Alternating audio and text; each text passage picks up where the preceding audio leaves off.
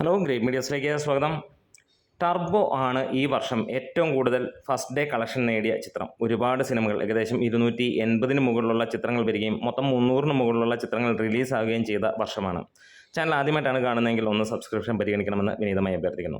ഇപ്പോൾ 12ാമത്തെ മാസം ഡിസംബറിൽ പുഷ്പ ഇറങ്ങുമ്പോൾ എല്ലാവരും ഒരു പ്രതീക്ഷയിലാണ് ആ റെക്കോർഡ് തകർക്കപ്പെടും എന്നുള്ളത്. തകർക്കേണ്ടതാണ്, തകർക്കപ്പെടണം എന്നുള്ളത് തന്നെയാണ് പറയുന്നത്. കാരണം ഓരോ സിനിമയുടെ റെക്കോർഡ് തകർത്ത് അടുത്ത സിനിമ വരുമ്പോൾ തന്നെയാണ് അതിലൊരു രസമുള്ളത്.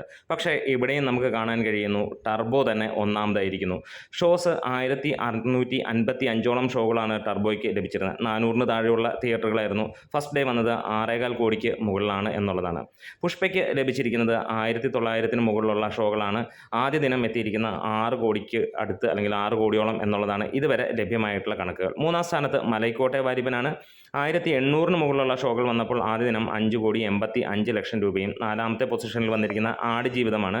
1480ഓളം ഷോകൾ വന്നു കഴിയുമ്പോൾ 5,83 ലക്ഷം രൂപയോളമാണ്. നമുക്ക് പിന്നീട് വിജയാണ്. നമുക്കറിയാം ഒട്ടുമിക്ക സ്ഥാനങ്ങളിലും വിജയ് തന്നെയാണ്. കേരളത്തിൽ ഏറ്റവും കൂടുതൽ കളക്ഷൻ നേടിയിരിക്കുന്നതും വിജയ് തന്നെയാണ്.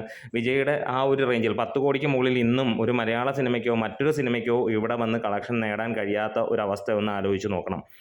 നമ്മുടെ തന്നെ സൂപ്പർ താരങ്ങൾ മമ്മൂട്ടിയും മോഹൻലാലും വിചാരിച്ചിട്ട് പോലും 10 കോടി ഫസ്റ്റ് ഡേ കളക്ഷൻ വന്നിട്ടില്ല എന്നുള്ളത്. അവിടെ വിജയ്ക്ക് മാത്രമാണ് അത് നടന്നിട്ടുള്ളത്. ഇവിടെ അതൊന്നുമല്ല കാര്യം വരുന്നത്. ചോദ്യം വരുന്നത് ടർബോയെ തോൽപ്പിക്കാൻ കഴിഞ്ഞു എന്നുള്ളതാണ്. ടർബോയെ ഇപ്പോഴും തോൽപ്പിക്കാൻ കഴിയുന്നില്ല. ടർബോ തന്നെ ഒന്നാമൻ. ഈ നിമിഷം വരെ കിട്ടിയ റിപ്പോർട്ടുകളുടെ അടിസ്ഥാനത്തിലാണ് നമ്മളിത് പറയുന്നത്. വേണമെങ്കിൽ ഇനി സോഷ്യൽ മീഡിയയിൽ ചിലർ വന്ന് ഇളക്കാൻ തുടങ്ങും. എന്നിട്ട് അവർ കളക്ഷൻ കൂട്ടി വേണമെങ്കിൽ അതൊക്കെ ചെയ്യുമായിരിക്കാം. എന്നാലും അത് കുഴപ്പമില്ല. ടർബോയുടെ കളക്ഷൻ തകർക്കപ്പെടണം എന്നുള്ളത് തന്നെയാണ്. കാരണം എന്നാലേ അതിനൊരു രസകരമായ കാര്യമുള്ളൂ. അല്ല എന്നും ഒരാൾ ഒന്നാമനായിട്ട് നിൽക്കിയാൽ അത് തകർത്ത് അടുത്ത ആൾ കയറുക, അതിന് മുകളിലേക്ക് കയറുക. അതാണ് ലോക നിയമം എന്ന് തന്നെ പറയാം. എന്താണെങ്കിലും ടർബോയുടെ റെക്കോർഡ് തീർക്കാൻ ഒരു കാര്യം നമുക്ക് പറയാൻ കഴിയുന്നു. ടർബോയുടെ റെക്കോർഡ് തീർക്കാൻ ഇൻ്റർനാഷണൽ പുഷ്പയ്ക്ക് പോലും പറ്റിയില്ല. ഏത് പുഷ്പന് വേണമെങ്കിലും ഇനിയും ശ്രമിക്കാം. 31 വരെ സമയവും തരാം എന്നുള്ളത് തന്നെയാണ് എടുത്തു പറയാനുള്ളത്. കാരണം ഇനിയും ഒരുപാട് സിനിമകൾ റിലീസ് ചെയ്യാണ്ട് സമയമുണ്ട്. അതായത് ഇനി ഈ കൃത്യം പറഞ്ഞാൽ 25 ദിവസം കൂടിയുണ്ട്. ആർക്ക് വേണമെങ്കിലും ശ്രമിക്കാം. അപ്പോഴും ഒരു കാര്യം നമുക്ക് ഉറപ്പിക്കാം, ടർബോ തന്നെയായിരിക്കാം ഈ ഇതിനകത്തിൽ ഒന്നാമതായിട്ട് നിൽക്കുന്നതെന്ന്. ബാക്കി ആരെങ്കിലും വന്ന് തോൽപ്പിക്കട്ടെ, അല്ലെങ്കിൽ ഈ ഒരു തോൽവിയും ജയത്തിൻ്റെയും കാര്യമല്ല, കളക്ഷൻ അവർക്ക് കൂടുതൽ കിട്ടുന്ന കാര്യമാണ്. പിന്നെ എടുത്തു പറയാം, ക്വാളിറ്റി വൈസ് എടുത്തു കഴിഞ്ഞാലും ടർബോ തന്നെയാണ് മികച്ചതായി നിൽക്കുന്നത്.